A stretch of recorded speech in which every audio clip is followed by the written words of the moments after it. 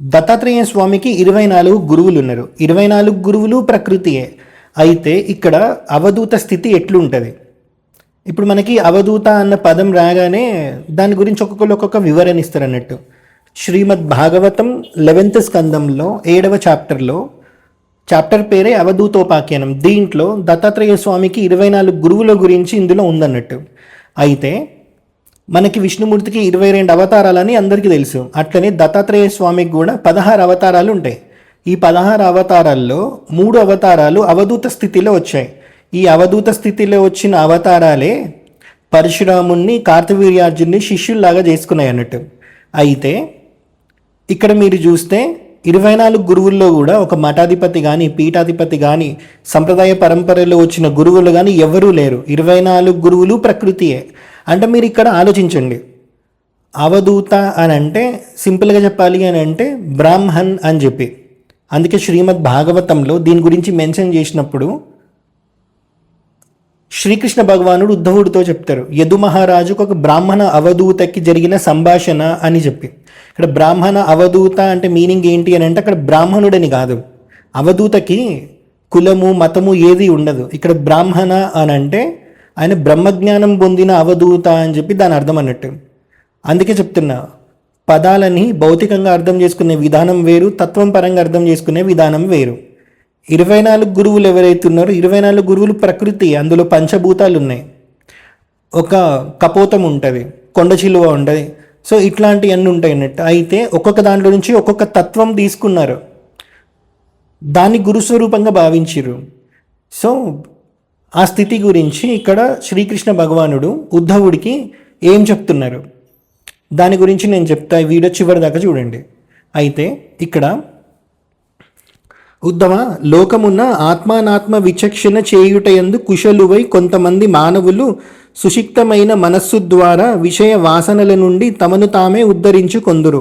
మానవుడు మాత్రమే తన జీవిత కాలములో ప్రత్యక్ష అనుమాన ప్రమాణముల ద్వారా జగత్తు యొక్క అనిత్యత్వమును దర్శించి వైరాగ్యము ద్వారా తన శ్రేయస్సును పొందగలడు అనంది.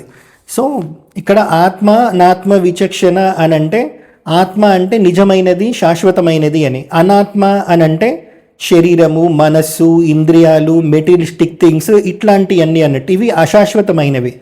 అయితే ఇక్కడ ఆత్మ అనాత్మ ఈ రెండింటి మధ్యలో ఎవరైతే డిఫరెన్స్ తెలుసుకొని ఉంటారో, సో ఏది నిజము, ఏది శాశ్వతము, ఏది అశాశ్వతము, ఇది ఎవరైతే గ్రహించి ఉంటారో అలాంటి వాళ్ళు ఉద్ధరించబడతారు అని. ఇక్కడ ఉద్ధరించబడము అంటే ఏంటిది? ఫస్ట్ ఆత్మ అనాత్మ ఈ రెండింటి మధ్యలో డిఫరెన్స్ తెలిస్తే వాళ్ళకి కలిగేది ఇంకా వైరాగ్యమే కదా, మోక్షము. సో దాని గురించి అక్కడ చెప్తున్నారు. సో ఇది ఎవరైతే తెలుసుకుంటారో అలాంటి మానవుడే వాడికి వాడే గురువు అని చెప్పి ఇక్కడ ఇంకా చెప్తున్నారు. లోకంలో నేను ఎన్నో ప్రాణులని సృష్టించిన, అందులో నాకు మనుష్యుడంటే ఎందుకంత ప్రీతి అని చెప్పినప్పుడు శ్రీకృష్ణుడు చెప్తున్నారు, 1 పాదము, 2 పాదములు, 3 పాదములు, 4 పాదములు, బహుపాదములు, ఇలా పాదములు లేనివి కూడా నేను సృజించిన. కానీ మనుష్యుడంటే నాకు ఎందుకంత ప్రీతి అని అంటే సాంఖ్యశాస్త్రము, యోగశాస్త్రము ద్వారా అంతటా వ్యాపించిపోయి ఉన్న విరాట్ పురుషుణ్ణి నిరాకార స్వరూపములో కూడా దర్శించేది మానవుడే. కాబట్టి నాకు మానవ జన్మ అంటే అంత ప్రీతి అని చెప్తున్నారు అన్నట్టు. దాని తర్వాత అవధూత స్థితిలో వచ్చిన దత్తాత్రేయ స్వామి గురించి ఇక్కడ చెప్తున్నారు అన్నట్టు. ఏమని చెప్తున్నారని అంటే, ఈ విషయంలో మహాత్ములు ప్రాచీనమైన ఒక ఇతిహాసమును తెలుపుదురు. అది అమిత తేజోమూర్తి అయిన దత్తాత్రేయునకును యదు మహారాజుకును మధ్య జరిగిన సంవాదము. ఇది ప్రశ్న జవాబు రూపంలో ఉంటుందని చెప్తున్నారు. అయితే ఒకసారి తరుణ వయస్కుడైన ఒక బ్రాహ్మణ అవధూత నిర్భయముగా తిరుగుచుండుట చూచెను. పిమ్మట అతడు ఆ అవధూతను ఇట్లు ప్రశ్నించెను. ఎవరు అంటే యదు మహారాజు. అయితే ఇక్కడ ఇందాక చెప్పాను కదా, ఇక్కడ బ్రాహ్మణ అవధూత అంటే అతను బ్రాహ్మణుడని కాదు, అంటే కుల బ్రాహ్మణుడని కాదు. ఇక్కడ బ్రాహ్మణ అన్న పదాన్ని మీరు బ్రాహ్మణ్ అని తీసుకోవాలంటే పరమాత్మ అని. ఆ స్థితి గురించి మాండుక ఉపనిషత్ కూడా చెప్తుంది. బ్రహ్మవిద్ బ్రహ్మైవ భవతి అని చెప్పి ఇక్కడ బ్రహ్మవిద్ అని ఉంది. విద్ అనే ధాతువు నుంచి వేదం అనేది వచ్చింది అని చెప్తారు అన్నట్టు. సో విద్ అంటే జ్ఞానము అని. బ్రహ్మవిద్ బ్రహ్మైవ భవతి అని అంటే ఎవరైతే బ్రహ్మజ్ఞానం పొంది ఉంటాడో వాడే బ్రాహ్మణ్ అని చెప్పంటే పరమాత్మ అని. పరమాత్మకి రూపం ఉండదు, రూపం లేని పరమాత్మకి మరి గుణాలు కూడా ఉండవు. కానీ ఇక్కడ అవధూతలు ఎట్లుంటారు అని అంటే పరమాత్మ స్థితిలో ఉంటారు. రూపం లేని పరమాత్మ ఒక రూపం తీసుకొని వస్తే ఎలా ఉంటారో గుణాలకి అతిక్రమించి అదే అవధూత స్థితి అన్నట్టు. దాని గురించి యదు మహారాజు అవధూత స్థితిలో వచ్చిన దత్తాత్రేయ స్వామిని ఇట్లా అడుగుతున్నారు. బ్రాహ్మణోత్తమ, నీవు ఎటువంటి కర్మలను ఆచరించుటలేదు, అయినను నీకు ఆత్మానాత్మ వివేకమును గూర్చిన ఇంత గొప్ప బుద్ధి కౌశల్యము ఎట్లు లభించినది? తద్వారా ఎంతో గొప్ప విద్వాంసుడు అయినప్పటికీ ఈ లోకంలో నీవు ఒక బాలుని వలె ఎట్లు మసలుచుంటివి?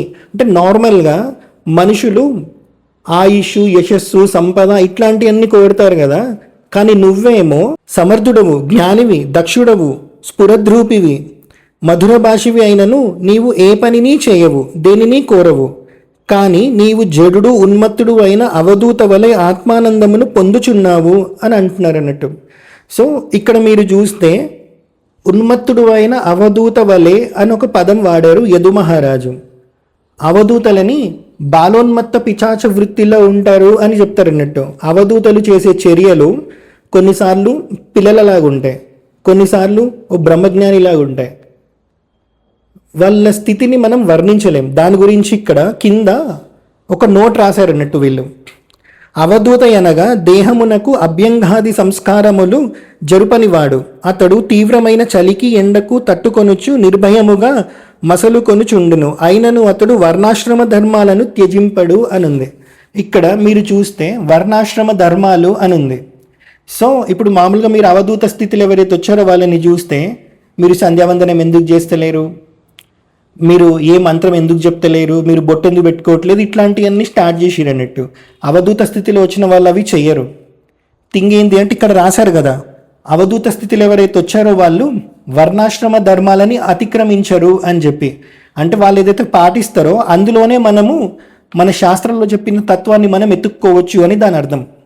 అయితే ఇది చెప్పాక అవధూత స్థితిలో వచ్చిన దత్తాత్రేయ స్వామిని మళ్ళీ ఇలా అడిగారు యదు మహారాజు.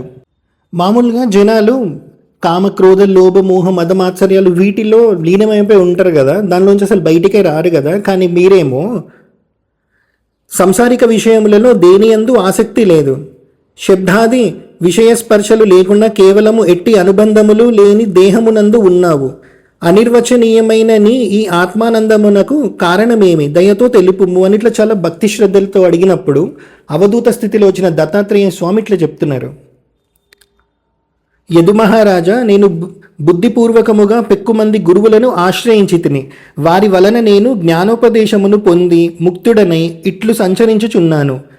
ఆ విషయములను అన్నిటినీ తెలిపెదను వినుము అని ఇక్కడ 24 గురువుల ప్రస్తావన చెప్తున్నారు అన్నట్టు. ఆ 24 గురువులు ఎవరు అని అంటే భూమి, వాయువు, ఆకాశము, జలము, అగ్ని, చంద్రుడు, సూర్యుడు, కపోతము, కొండ చిలువ, సముద్రము, మిడత, తేనెటీగ, ఏనుగు, తేనెను పట్టేవాడు, హరిణము, మీనము, పింగళ అనే పేరుగల వేశ్య, కురరము అనే పక్షి, బాలుడు, కన్య, బాణములను సిద్ధపరచువాడు, సర్పము, సాలెపురుగు, భృంగి అనే కీటకము, ఈ 24 ప్రాణులను నేను గురువులుగా ఆశ్రయించి తిని అను.